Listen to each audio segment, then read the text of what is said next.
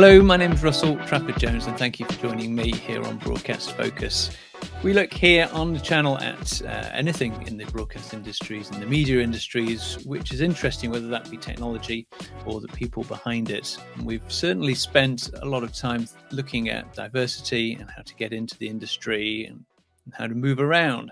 And I think one thing that's really interesting and is concerning is how we're going to continue to really invest in the industry and have lots of people who are helping us and coming in and doing more new and interesting things. And of course, that's very much on the mind of Susan Pratt, who joins me from the University of Surrey. Hello. Hi there. And so Susan is the leader of the program leader for, I'll just bring it up here so we can all enjoy the film production and broadcast engineering degree. So thank you for coming on the show. How are you doing today? Very well, thank you. Marvelous. So I think what would be really interesting is to dig into the ways in which you're continuing to attract new people into the course and just understand really, what the market's like in terms of employment afterwards. But first and foremost, how about you give us a bit of an intro into yourself and then perhaps the degree as well. Okay, so I did an electrical and electronic engineering degree at the University of Edinburgh. And then I was employed by the BBC. So the BBC started in News and Current Affairs. And as an engineer in News and Current Affairs, I actually got to do a lot of the operational roles in the gallery as well. So as well as working on the technical area. And then I started to specialise in that. The BBC was great because it did also train me further in more about video engineering, which I hadn't really covered at university. And while we were doing that, we were also introduced to the craft skills. So I then carried on doing a lot of those craft skills. So I did sound mixing, lighting, camera work, vision mixing. I took up the opportunities the BBC had to take on attachments, and I was an assistant producer and I was a regional station manager, and I got more into the production side and an assistant producer as well. Eventually went on to become a director for News and Current Affairs for a short time, and then an assistant producer for BBC South, producing short features and their live news programme. After that, I went freelance and came back to London, and I was a live studio director for another 11 years until I accidentally found myself back in higher education and actually then starting to train other people and teach other people and inspire other people to get a job in our wonderful industry. So does that mean that you're one of the few, I would say, people that's kind of moved to and fro from what people classically and binarily would say technical and creative? It sounds like there's been a little bit of movement over the years. I mean, I absolutely started as a broadcast engineer. Then I was drawn to the creative side and really enjoyed the challenges of putting live television on and all the roles involved in it, whether it was vision mixing or sound mixing, doing the camera work, creating new ideas for programs or productions. So I started to go more into the production side. But it's so important to understand the technology at the same time, because means you can be even more creative with so many things that are now at our fingertips. So having that balance where you understand the technical side and then you can put it into practice on the creative side has always been really good for me. Yeah, and if you think about post-production over the decades, definitely before computers came along, but it still is true. It's the people who understood how things worked that were pushing ahead with new techniques of visual effects and things like that. So that's always been, in my view, the best example of needing to know how things tick behind the scenes. But I also wonder whether, there's a lot of interest and a lot of fun in the deadlines of broadcast. And if anything, I think you get exposed more to that when you're at the vision mixer than usually you do in the back when you're trying to make things work. Well, I think it's a bit of both. I mean, even if you wanted to be an engineer, if you understand all the challenges that people go through who are trying to put the program out. So it was just like when we did the engineering training for the BBC, they Mm. actually put us in a gallery to begin with. And they said, right, you've got to do this, got to make this program. So if you can understand that the challenges that people on the creative side are going through, then if Yeah. you are an engineer, then you know what you've got to work with and what is crucial, what is time important.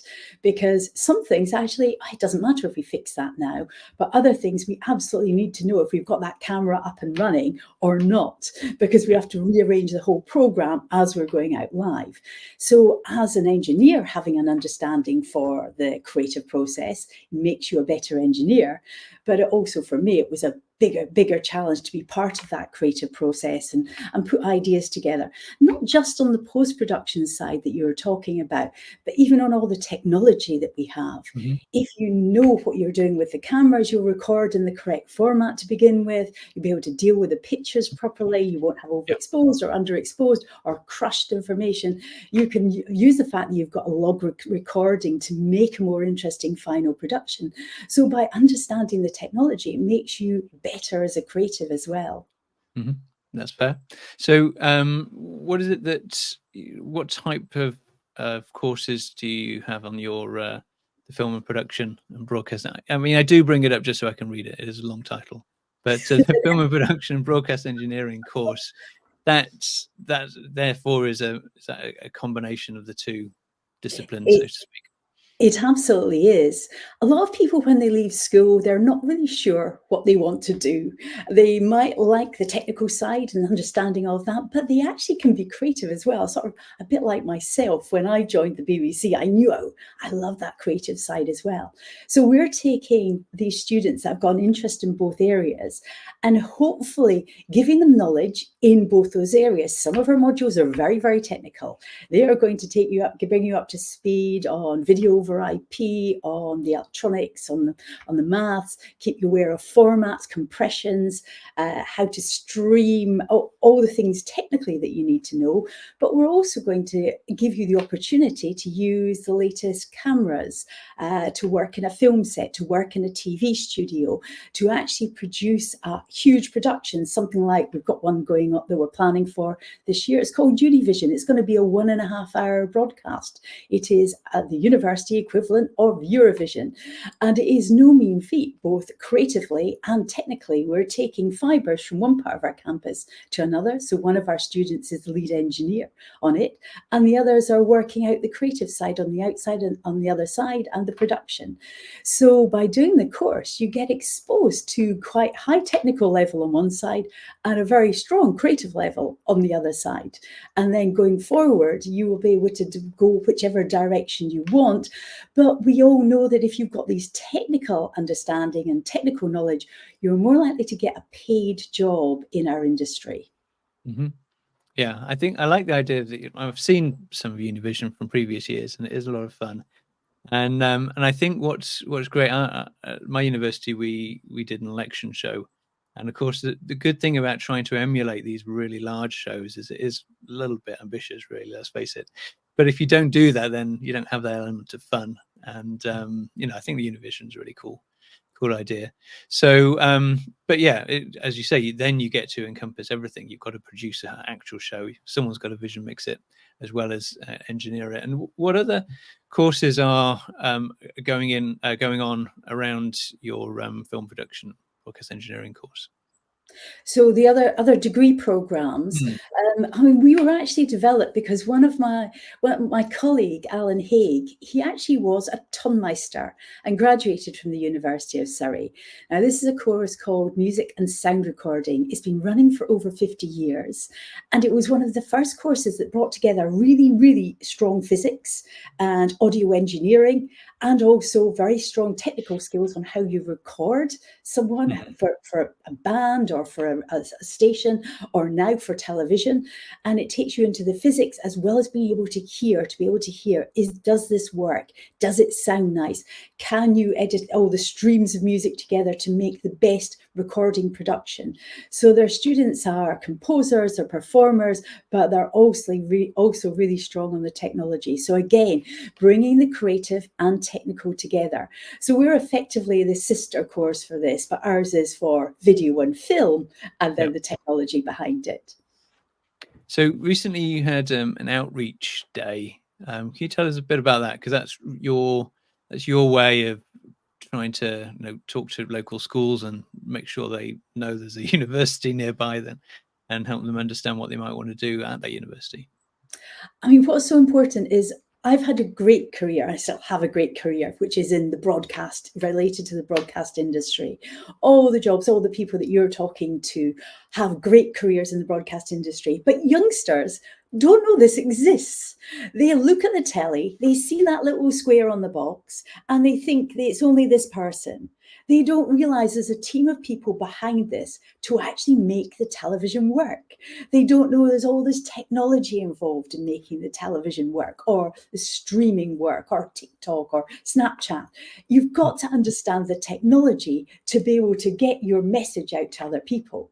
So what is great about a day with youngsters is we bring them on board and we start to show them some of that technology, so that they don't just see the person in front of the screen, they can see the whole studio of people behind the cameras that are actually making it to work.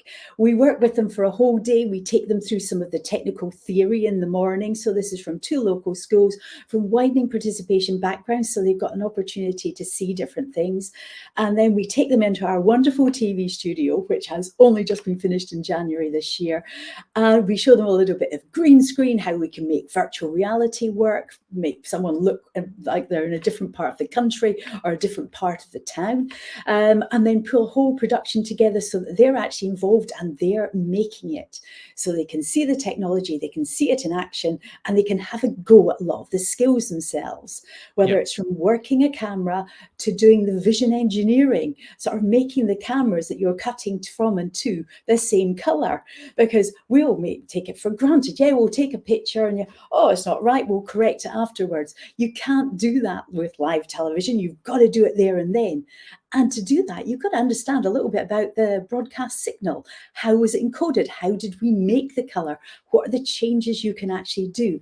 So they can start to see there's a technical aspect to it, the creative side, not just the content.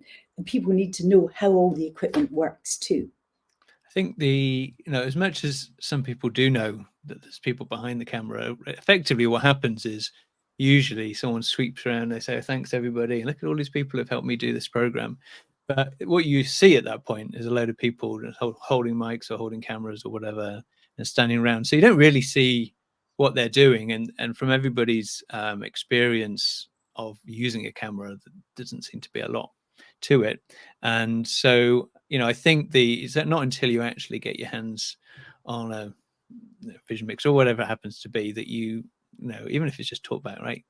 There's a lot of interest there, and you start to understand why things are the way they are. And it's I think that's when you start making the connections. It's just a lot of hard work, isn't it, to get somebody into that situation so they can actually interface and with the kit. Absolutely. It's so easy just to look at the person on the screen and not have any awareness of the technical skills that are making this happen.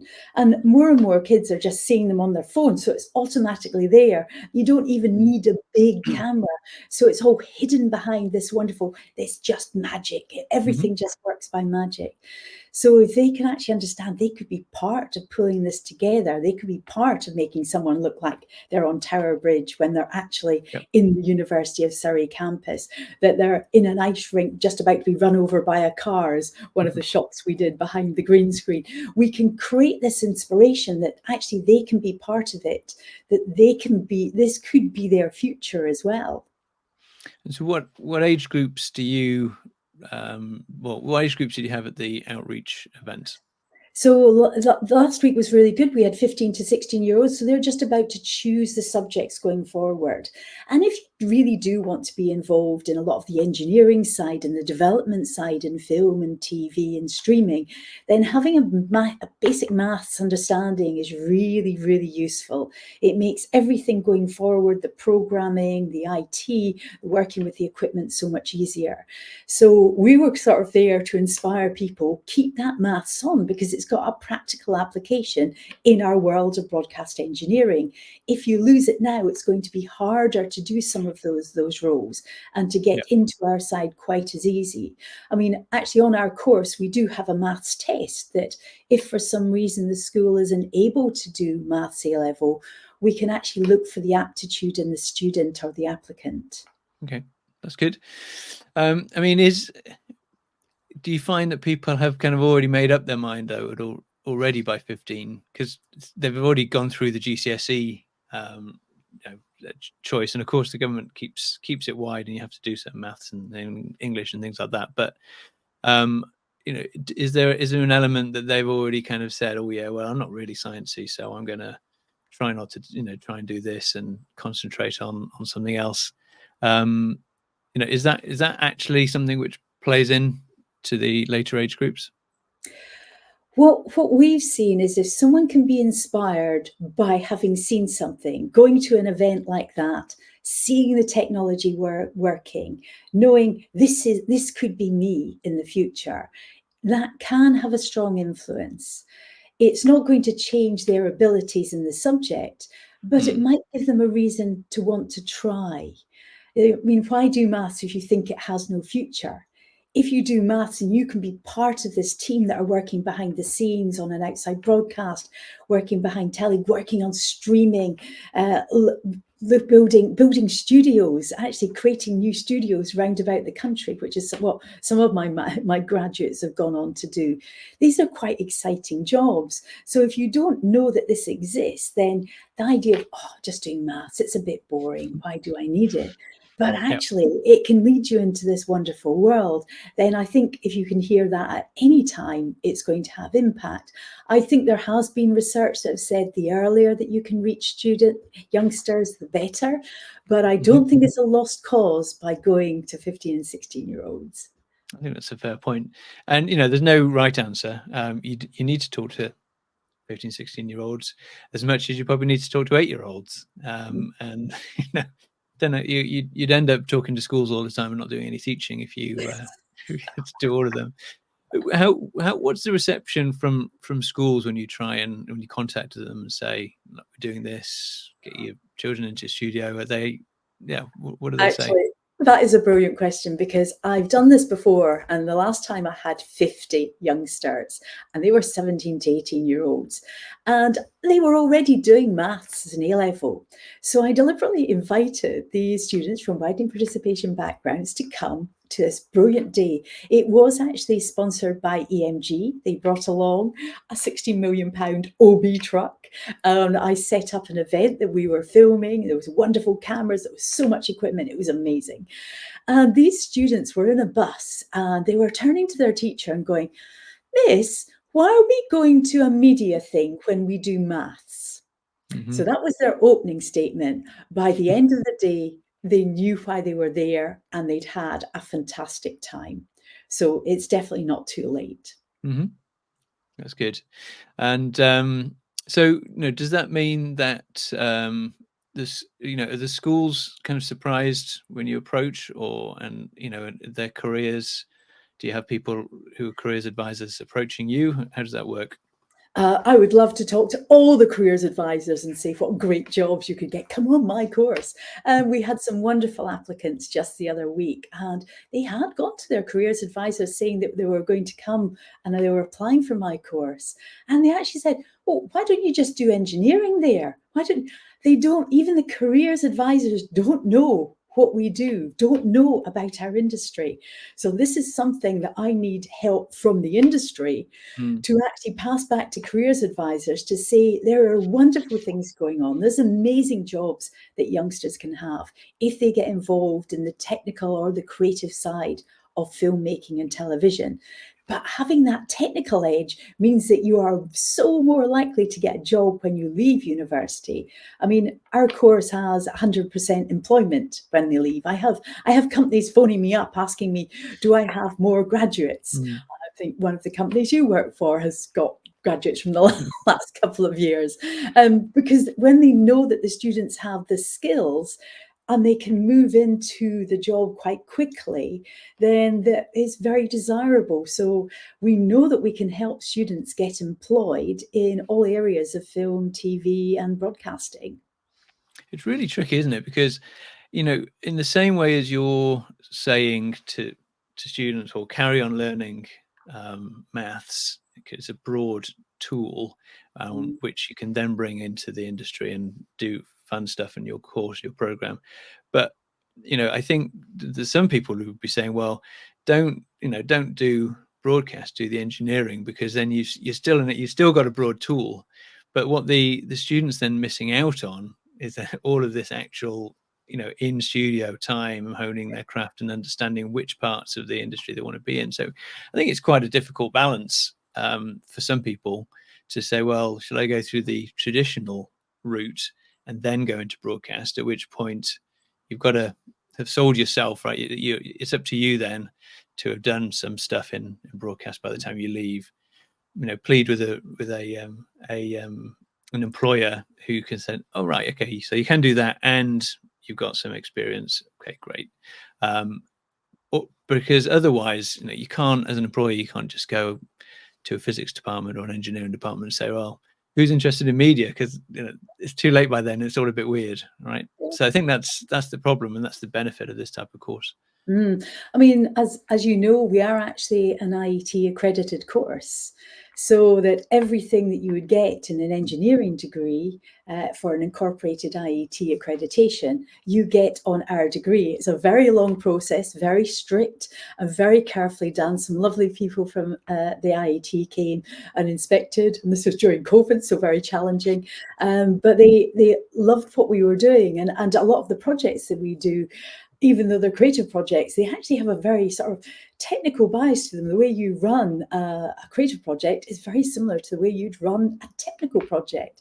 So they could see a lot of synergies of what we were doing. And we ticked all the boxes and we got the accreditation. So there would be no difference for the same level of accreditation on a pure engineering course compared to our course. Mm-hmm. Yeah, I think that's a fair point. So the demand from companies is really high. Yeah. It seems ironic then that it seems to be quite hard to get people into the courses. How much do you find that you're having to do a marketable course? I mean, it's two elements. First of all, you're trying to lead the thinking from the student's perspective, but then when you're writing what the course is, does it matter what it's called in terms of making sure people understand what it is and want to apply and don't get turned off? Absolutely, or not get confused. We absolutely have the words broadcast engineering in there because Mhm. it is a broadcast engineering degree. And anyone who actually just wants to do the creative side and is not interested in really understanding the nitty-gritty behind the scenes, the transmission, the broadcast, video over IP, then this would be a challenging course. But if you're inspired enough to know that once you graduate from the course, so many more doors are open to you by having those extra skills, it could change things. I'm going to be honest, and someone who has been in touch just last week, because we were going to do an evening presentation with the IET as well. And in the end, it got called off, unfortunately. But there was some sort of 16, 17, 18-year-olds interested in coming to that. And one of them was going to go and do film studies. And now they know about our course. They think, oh, I could do the technical side and the creative side at the same time. And then as they go forward, it'll be their choice to decide. They have the options. They've got everything that they do throughout the course. They learn all the basics in both areas. And then when it comes to the final year, they can either specialize in the more technical side of the creative project or be on the director and the DOP side of the creative project. So they've got more doors open to them as they go forward. So it does help. It does help. What do you think, in general, as an industry and perhaps to individuals, what is it that we could do to help overall just increase students' ability to understand the options and for those that are genuinely interested, be able to access the education they're interested in? Yeah, I mean, Rise is doing an absolutely fantastic job of getting out to youngsters to show that there is a technical side of television and all the many wonderful careers that they could go in. I helped at the summer school this year, helping to inspire people into the industry. So they're doing a great job. But if more companies would reach out to schools, go along to your local school and do a parents' talk or do a friendly talk to a school that you used to go to, because we don't have the people that know that these jobs exist. They're relatively new jobs because there were chemists 100 years ago. There were physicists 100 years ago. There were not television engineers 100 or film engineers over 100 years. Or maybe just. Yeah, I know what you mean. There certainly wasn't a course on it. I mean, when I did electrical engineering, I wasn't making the choice, do I do film in electrical engineering? It wasn't a choice. It was electrical and electronic engineering. Yeah, I understand. And of course, you're still up for applications. Absolutely. So, I mean, if anyone has listened to this and thought, this could be a good idea, just get in touch with me. So you can see my email address. It's susan.pratt@surrey.ac.uk. I have one of my colleagues, Andy Gilbert, will help me work things out, and you can come along and visit us in January. We have some what we call applicant days. So they're normally for people who will have already applied through UCAS. So if you're sort of looking to come to university next year, get in touch, and then we can always show you around our facilities at the same time we're doing things for other applicants. If you're actually looking ahead a little bit further, then we'll have open days towards the end of the summer. And so look on our website, which Russell is showing us now, and you'll see the link to the open days. And I think the first one's round about June, July next year. Let's see if it says. I don't think it's got posted I yet. don't think this. Yeah, I think I looked the other week because someone was saying, when can we come? And I'm going, I don't think the next one's till June. But if you're an applicant looking to come to university in September 2024, then get in contact with me before that, because we will still have spaces on the course. We will still be able to recruit, probably right up to clearing. We are a small course. There tends to be only around 20 students on our course. It doesn't mean we know everyone by name. It also means you can't hide. So you're going to get fully involved in the course. We've got lovely students in the other years. We set up mentoring groups as well, so that the third years look after the second years, look after the first years. They seem to call them families and talk about parents and grandparents amongst themselves. But I think it's a lovely way to be, so that even across, so we working on the Univision Heats last week, we had third years, we had second years, we had people coming back from placement to help out, and we had the first years as well. So we've got a very collaborative group of students. So it's really nice to work with. That's really good. Well, look, thank you very much for joining me today. Really appreciate talking to you, and congratulations on a successful outreach event, and look forward to speaking to you in the future. Thank you.